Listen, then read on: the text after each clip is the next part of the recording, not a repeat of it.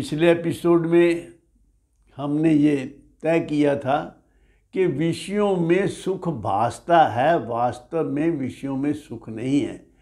सुख उस वक्त मिलता है जब हम किसी विषय की इच्छा करते हैं और वो इच्छा जब पूरी हो जाती है तो इच्छा पूरी होने के उपरांत हमें सुख मिलता है। जब तक कोई दूसरी इच्छा ना खड़ी हो जाए तब तक ही हम सुखी रहते हैं। तो जो पहली इच्छा शांत हो गई और दूसरी अभी मन में उठी नहीं, तो जो इन बिटवीन का पीरियड है वो डिज़ायरलेसनेस का पीरियड है, जिसमें हमें कोई इच्छा नहीं होती। तो इसका मतलब ये हुआ कि जो सुख हम ऐसा मानते हैं कि इच्छा पूरी के होने के कारण हुआ, वो दरअसल इसलिए हुआ कि उस समय हमारे मन की स्थिति डिज़ायरलेसनेस की थी। उस वक्त हमारे मन में कोई इच्छा नहीं थी।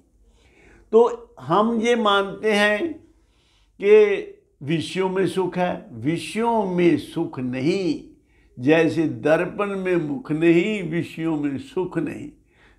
सुख कहाँ है फिर? सुख तो है आपके अंदर।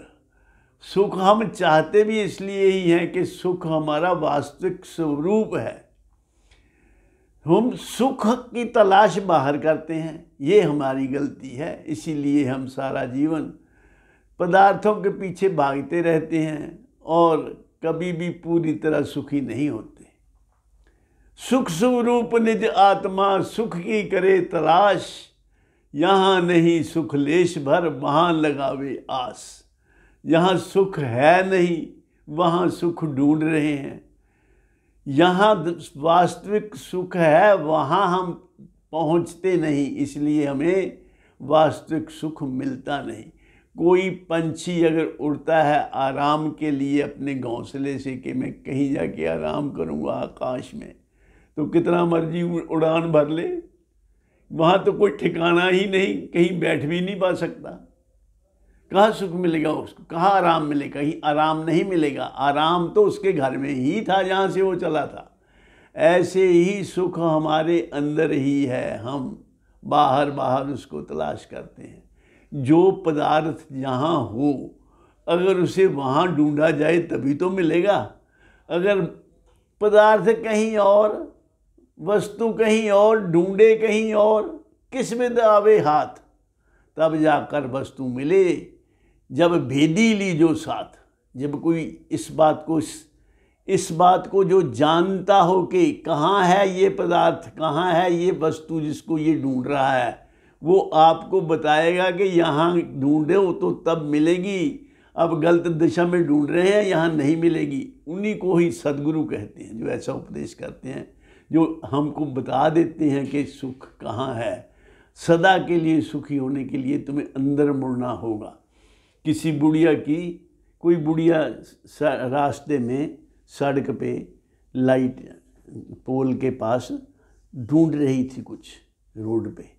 कुछ मनचले नौजवान आए और माता जी आप क्या ढूंढ रहे हैं? तो बेटा मेरी सुई गुम हो गई। तो माता जी सुई गुम कहाँ हुई? बेटा कमरे में गुम हुई। तो फिर यहाँ क्यों ढूंढ रही हो? वहाँ लाइट नहीं है कमरे में, इसलिए यहाँ ढूंढ रही हूँ। कहने का तात्पर्य ये कि हमें ज्ञान का प्रकाश नहीं है अंदर, हमारे पास ज्ञान की रोशनी नहीं है, इसलिए हम इग्नोरेंस की वजह से गलत जगह पे सुख को ढूंढ रहे हैं। वहाँ सुख नहीं मिलेगा, यहाँ है ही नहीं, वो मिलेगा कैसे? इसलिए अपनी दिशा को मोड़ो, अपने अंदर तलाश करो सुख की। तभी सभी कहते हैं अंतर्मुख हो जाओ, अंतर्मुख हो जाओ। सब कुछ भीतर बाहर नाही, बाहर ढूंढे सो परम पलाही, ऐसा भी कहते हैं। बाहर ढूंढना तो भ्रम है, तो अंदर ढूंढो। तो सब ये कहते हैं अंतर्मुख। अंतर्मुख का मतलब क्या?